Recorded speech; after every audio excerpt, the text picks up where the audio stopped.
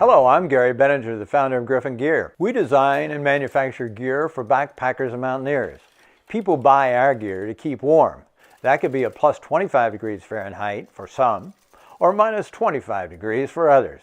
Manufacturers of bags and quilts use temperature ranges to give the purchaser the idea of the comfort range of the bag or quilt. We're careful to be conservative in our ratings to ensure that customers will be warm. But how are these ratings determined?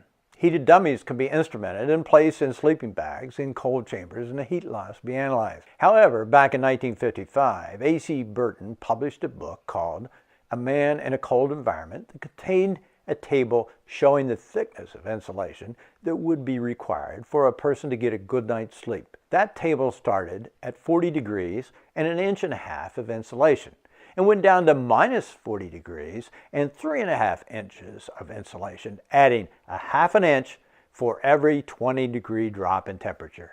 It should be noted that the type of insulation was not specified. More recently, the well-known outdoorsman Ray Jardine published a formula that gave exactly the same results. In my experience, these numbers are fairly accurate. However, if you're a cold sleeper, you might want to err on the side of a greater thickness. And the bottom line, if you want to compare bags or quilts for warmth, you simply compare their thickness. So what's the science behind this? To help in this explanation, we've created a cartoon that shows our subject out winter camping in the snow. For this discussion, we will assume that he or she is in a sleeping bag insulated with goose down. The bag has an external area of A, a thickness T, and the temperature inside the bag is a comfortable sleeping temperature that we will call T high. And the outside temperature of the bag is below freezing, we'll call T low. The flow of heat is always from hot to cold, and the method of losing the heat is by conduction through the insulation.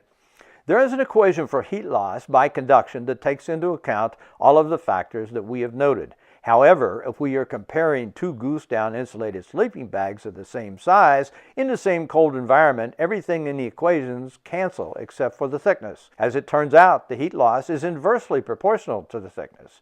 That means as the thickness increases, the heat loss decreases. Double the thickness, cut the heat loss in half. So if you want to compare down bags, compare their thickness. The thicker one, the one with the greater loft, will always be warmer.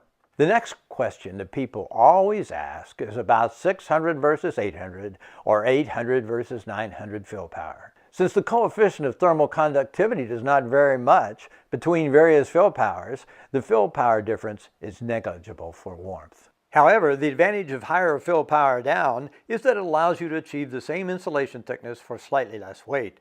For example, a quilt requiring 16 ounces of 800 fill power down to achieve the desired loft for the desired comfort level would require 14.2 ounces of 900 fill power down to achieve the same loft. There you have it. I hope I've answered some of your questions today. Please check us out at gryphongear.com.